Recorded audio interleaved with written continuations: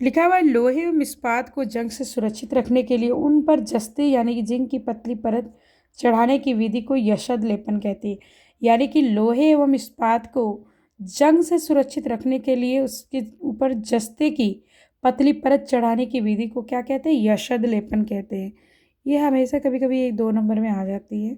जस्ते की परत नष्ट हो जाने के बाद ये यशद लेपन वस्तु जंग से सुरक्षित रहती है। क्या आप इसका कारण बता सकते हैं?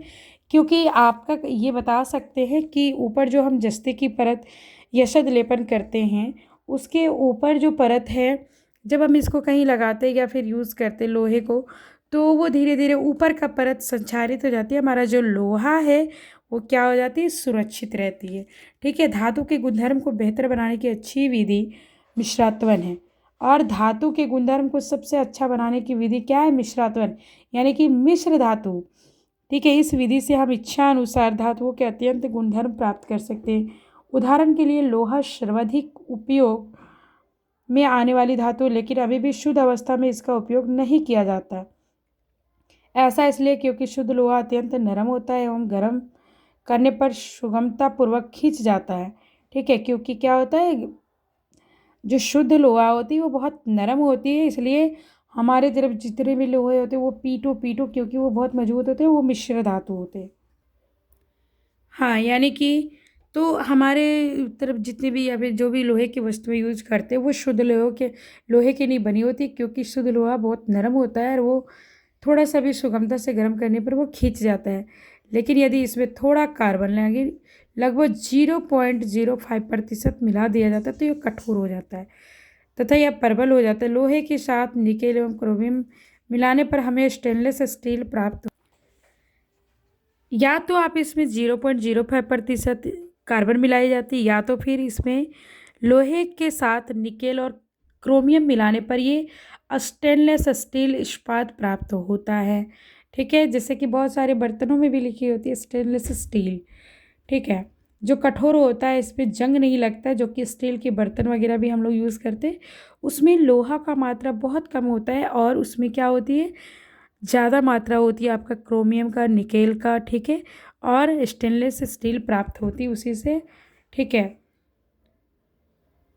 लिखिए कि जंग नहीं लगता। इस प्रकार यदि लोहे के साथ कोई अन्य पदार्थ मिश्रित किया जाता है तो इसके गुणधर्म बदल जाते हैं। वास्तव में कोई अन्य पदार्थ मिलाकर किसी भी धातु के गुणधर्म बदले जा सकते हैं। ये पदार्थ धातु या धातु कुछ भी हो सकता है।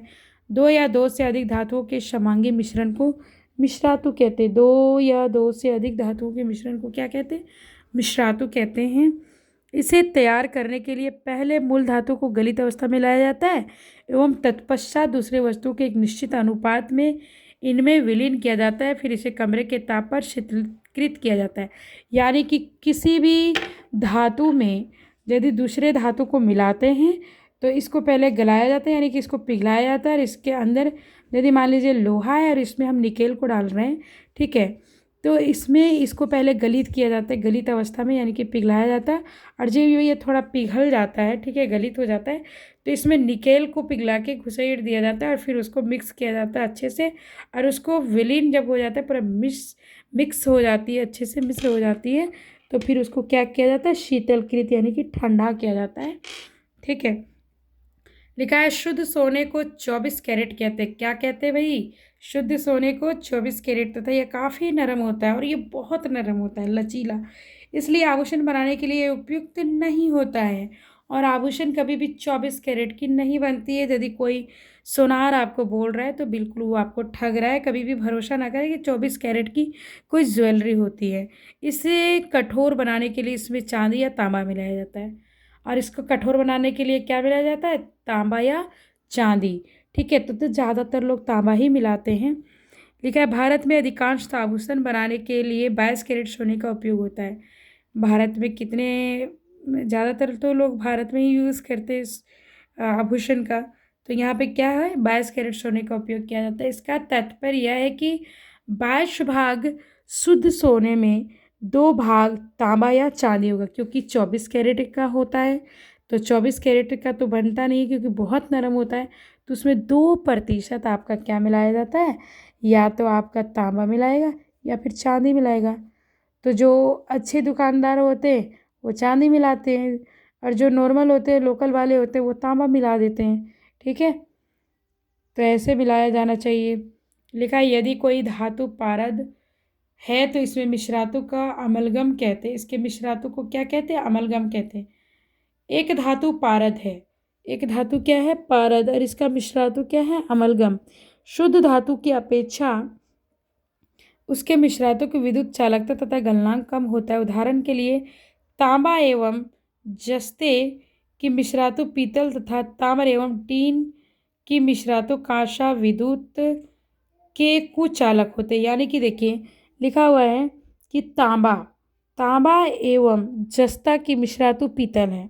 ठीक है, जो पीतल की बर्तन है हम लोग लेते हैं ना जा के, और वो जो दुकानदार है एकदम शुद्ध तांबा है, ठीक है, वो जो ठगता है ना, जो पढ़े लिखे वो जान जाओ कि नहीं वो तो ठग रहा है, उसमें क्या मिला हुआ है? जस्ता। शुद्ध के नहीं बनते। ठीक है, ताम्र एवं टीन, ठीक है, यानी कि तांबा, कॉपर और टीन की मिश्रातु कांसा कहलाती। क्या कहलाती? कांसा। जो कांसा की बर्तनें लेते हैं उसे, ठीक है, उसमें क्या मिलाई रहती? कॉपर और टीन। ठीक है, लेड और टिंक की मिश्रातु शोल्डर। ठीक है, लेड और किसका? टीन की मिश्रातु शोल्डर, यानी कि सोल्डिंग किया जाता है। जिसका गलनांक बहुत कम होता है, इसका उपयोग विद्युत तारों को परस्पर वेल्डिंग के लिए किया जाता है। जो तुरंत आप लोग सोल्डिंग करते किसी तार वगैरह में पिघला के तुरंत डालते हैं, वो किसकी बनी होती है? मिश्रातु सोल्डर की होती है। वो उसमें लेड और क्या है?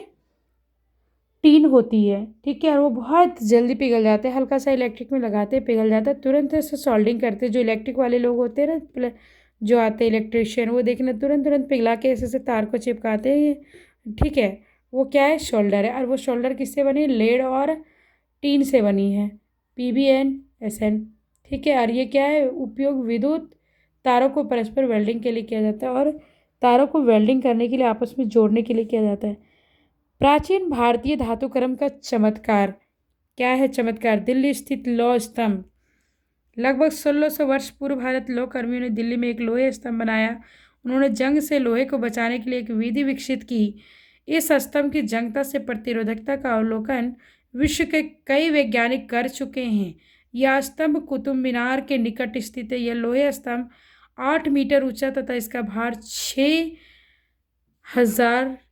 6 टन है, यानी कि 6000 किलो है।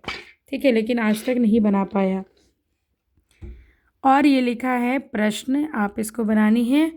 आपका चैप्टर 3 समाप्त हुई। ठीक है, आप रिवीजन कीजिए। जहाँ नहीं समझ में आता है व्हाट्सएप पे मैसेज कीजिए, यूट्यूब पे मैसेज कीजिए। ठीक है, और जहाँ तक मदद होगा मैं कर सकती हूँ, फ़ोन पे भी कर सकते हैं। ठीक है, आज बस इतना ही आज के लिए, और ये चैप्टर समाप्त हुई। कहीं भी किसी को कोई भी परेशानी है तो संपर्क करें। ठीक है, व्हाट्सएप पे, ठीक है, कॉल में, या फिर किसी भी तरह से मैं बताऊंगी। Okay, bye bye, thank you. ठीक है, पढ़ाई कीजिए आप लोग, आपका लगन ही आपको आगे तक ले जाएगी, और आप लोग मेहनत कीजिए। बस इतना ही कहना है।